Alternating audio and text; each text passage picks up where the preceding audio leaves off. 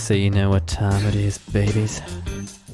It's future pop tutorial time. Today I'm going to show you how to make a future pop lead using Xfer Serum.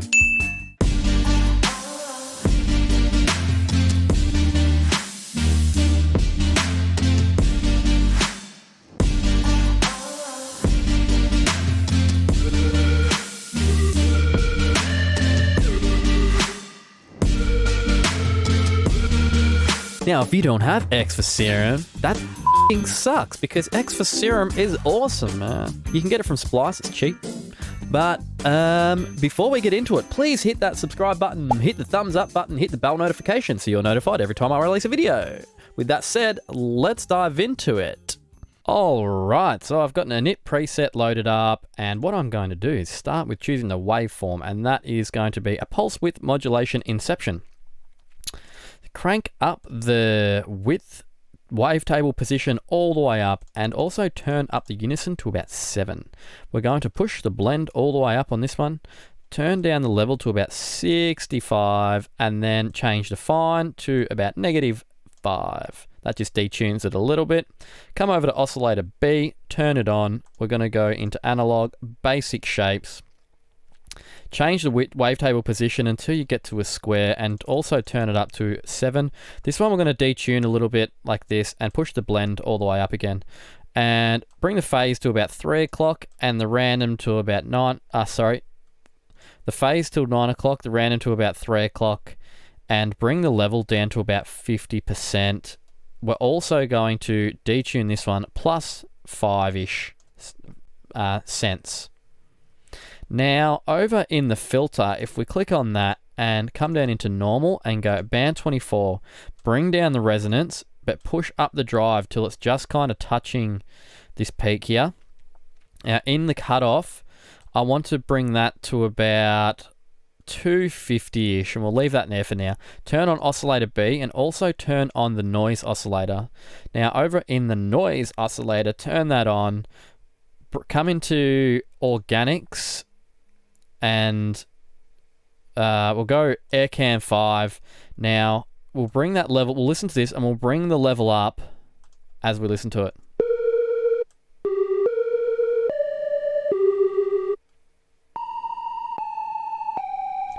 So you can kind of just hear it sitting in the background there. Let's leave it there for now because we'll probably adjust that. Now, under envelope 1, let's drag this up to almost a second. That'll do, about 850-ish.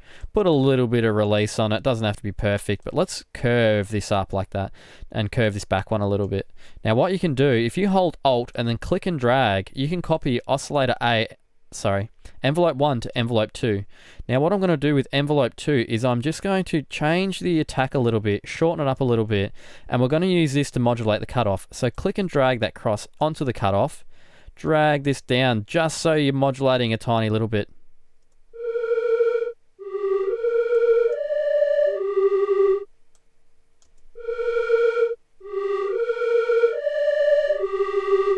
Now, use this amount to fine-tune how much high-end harmonics you want.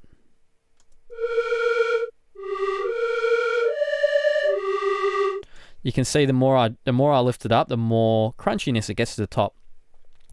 Now, under LFO 1, I have a user global pitch bend here that I use, and these are just random dots that I just quickly penciled in. But what I'm going to do, I'm going to turn off BPM, and I'm going to crank this down to about 0.4 hertz. And now we're going to use this to modulate the master global tune. So come into Matrix, come here, LFO 1 is what the input is, and then global master tune. Now, this is very important to not go too much, and it's also very important to have this type set to backwards and forwards rather than just forwards. So let me exaggerate this.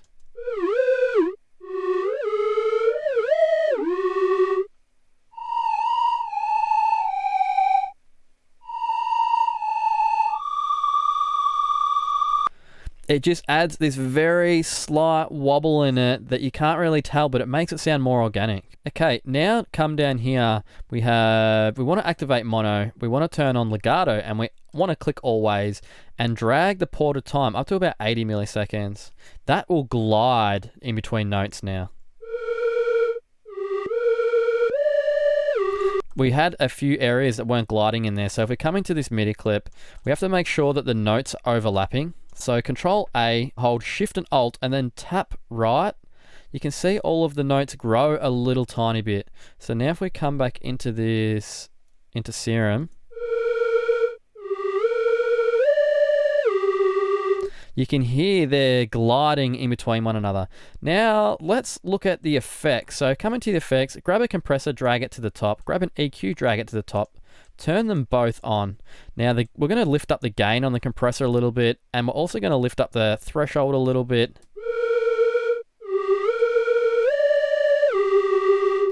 And what I'm going to do, I'm going to grab a spectrum, drag it onto my track here. And if we listen to this now, we'll see a couple of big spiky points. So we have a really big spike around 430, 450. So we're going to use this EQ to cut out that spike. So frequency, come down to about 450-ish, like so. Bring the gain all the way, not all the way down, and maybe widen up the Q a little bit.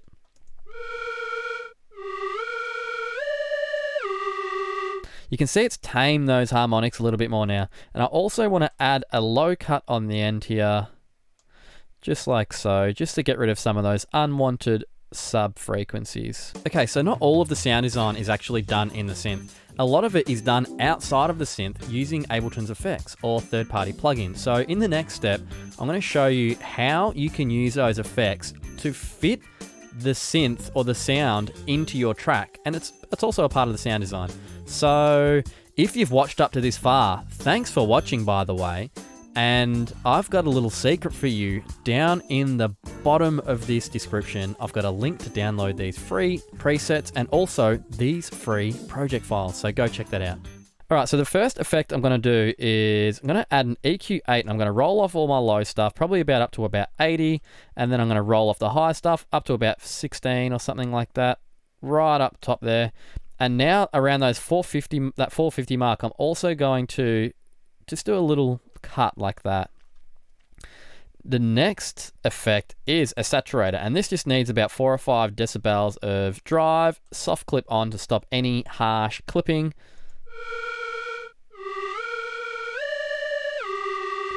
You can hear that adds a lot of high-end harmonics to it. Now we're going to leave this retro color for now. Filter delay, this is going to add a lot of width to it. Now if you copy these settings, you'll be able to add width as well. So listen without it. Now with it. You can hear how wide it is. Now we've kind of got like a rough sound. Let's listen to this with the rest of our song.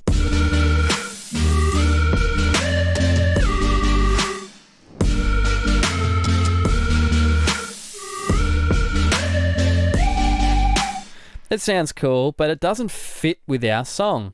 So what I'm going to do is I'm going to use some automation, utility, and frequency shifting to help it fit with the song. So first up, I'm going to pencil in some side chaining with my utility and the rhythm with my utility. So right click, show automation, come into here, go boom, boom, boom. And I'm going to copy this.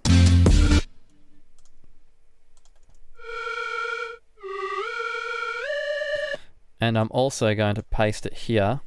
But what we have to do is add a tiny little bit of attack on that, just so we don't get any clicks or pops when that automation kicks in. Now there was also a wobble that I want to add in here with this automation. So I'm going to duplicate this a few times.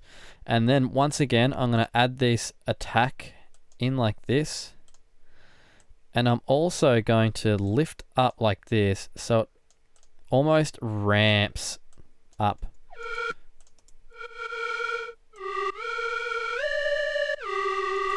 I like that, so I'm going to copy this and I'm going to paste it wherever I think it needs it.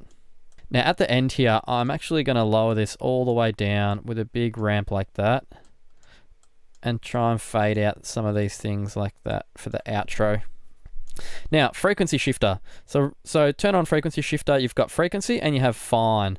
We don't want to use frequency, it's too harsh. So if we right click on fine, show automation. Now, all I want to do is I want to put a little automation in here like this. Let's try that on this one.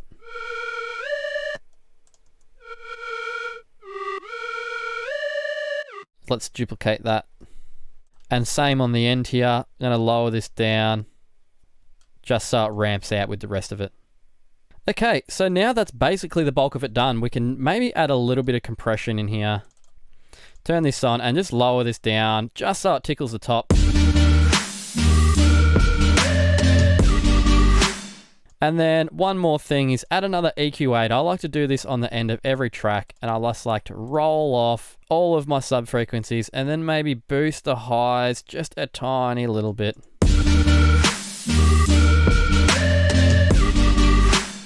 And if you want, you can even throw on some kind of reverb effect in here, and just to give it that little bit of glisten.